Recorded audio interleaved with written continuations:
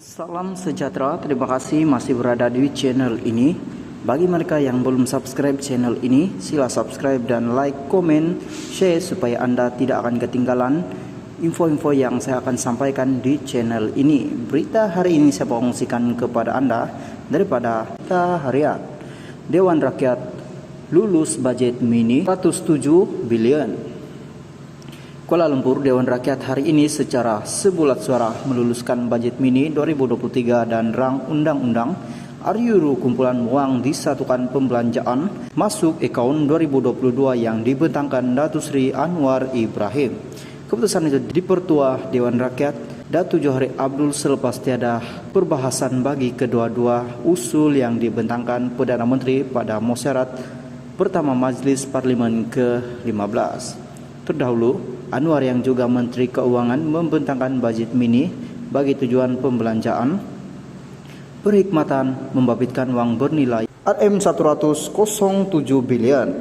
Beliau membentangkan peruntukan itu di bawah akta kumpulan wang disatukan yang akan mula berkuat kuasa pada 1 Januari depan.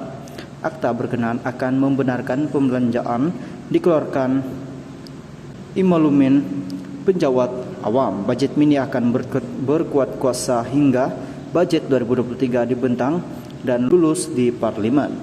Ia susulan RUU pembekalan 2023 tidak akan diluluskan Parlimen sebelum 1 Januari depan, maka peruntukan perlu dikeluarkan bagi pembelanjaan dalam tahun 2023 bagi tempo dari 1 Januari sehingga tarik RUU perbekalan 2023 menjadi undang-undang dan mula berkuat kuasa. Dalam pada itu, Anwar menerusi Seksyen 4 Akta Kumpulan Wang Pembangunan 1996 mencadangkan dana bernilai RM55 juta dikeluarkan daripada kumpulan wang pembangunan bagi tahun 2023 untuk pembelanjaan segera.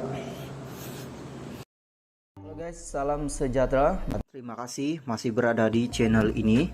Dan bagi mereka yang belum subscribe channel ini, sila subscribe, like, komen, dan share supaya Anda tidak akan ketinggalan info-info yang saya sampaikan di channel ini.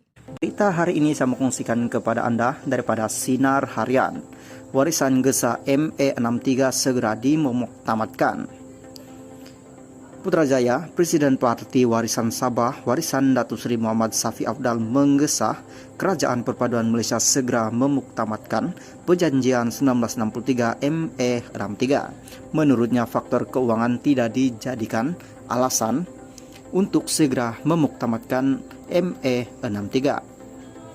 Kami tahu dalam keadaan negara pada hari ini, ME63 bukanlah sesuatu yang mudah, namun ia tidak harus dijadikan alasan. Katanya ketika ditemui pemerintah selepas majlis menandatangani perjanjian MOU mufakat antara gabungan di bawah kerajaan perpaduan di sini pada Jumaat. Beliau berkata kerajaan tidak boleh menggunakan alasan itu untuk menangguhkan sehingga tahun hadapan. Muhammad Safi berkata terdapat beberapa perkara di dalam ME63 telah diselesaikan semasa pentakbiran terdahulu, namun ada beberapa perkara yang masih tertangguh. Saya berharap ia dapat diperhalusi segera karena ia turut membabitkan keluasan kerajaan pusat, katanya. Halo guys, salam sejahtera. Terima kasih masih berada di channel ini.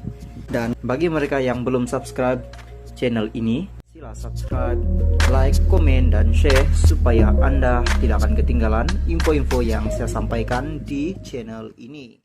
Berita hari ini saya mau kongsikan kepada Anda daripada Berita Harian. Saya jalan tugas secara pro bono.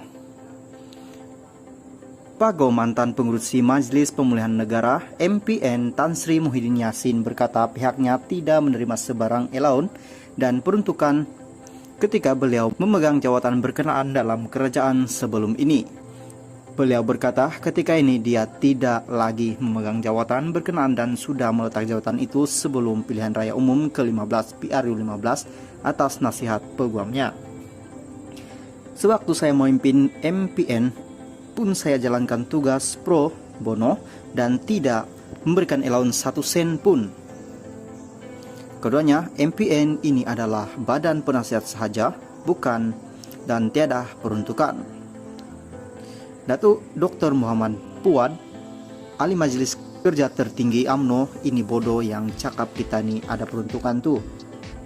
Semaklah beberapa ratus juta yang ada, katanya. Beliau berkata demikian pada sidang media selepas merasmikan Majelis Kesyukuran Perikatan Nasional Parlimen Pago di Kompleks Sukan Pago dekat sini hari ini. Muhyiddin berkata MPN tiada peruntukan dan perakuan dikemukakan kepada kabinet untuk menyatakan apa tindakan yang perlu dilakukan oleh kerajaan. Kalau ikutkan kiraan hari itu, kita ada 95 perkara kabinet, semua dah lulus dan semestinya ada implikasi keuangan itu soal kerajaan, tetapi bukan peruntukan diberi kepada MPN. Kenapa bahalol sangat? Di mana bukti yang tunjuk saya dapat duit berjuta-juta? Semua pembohong, penipu. Jadi pada saya, dia patut belajar. Dah beberapa kali dia buat kenyataan tidak betul. Semua tak betul pasal niat dia jahat. Saya tak dapat peruntukan 1 sen pun. Faktanya adalah MPN, badan penasihat, nak terima, tak nak, tak apa. Pandangan, katanya. Sebelum itu, Muhammad Pod meminta Muhyiddin menjelaskan mengenai butiran pembelanjaan dana MPN. Beliau mendakwa Muhyiddin menerima dan beratus juta ringgit daripada Perdana Menteri ketika itu. Halo guys, salam sejahtera. Terima kasih masih berada di channel ini. Dan bagi mereka yang belum subscribe channel ini, sila subscribe, like, komen, dan share supaya Anda tidak akan ketinggalan info-info yang saya sampaikan di channel ini. Berita hari ini saya mau kongsikan kepada Anda. Berita panas, berita mengejutkan hari ini daripada berita harian. Dr. Mahathir letak jawatan pengerusi pejuang. Kuala Lumpur, bekas Perdana Menteri Tun Dr. Mahathir Mohamad meletak jawatan sebagai pengerusi Parti Pejuang Tanah Air Pejuang.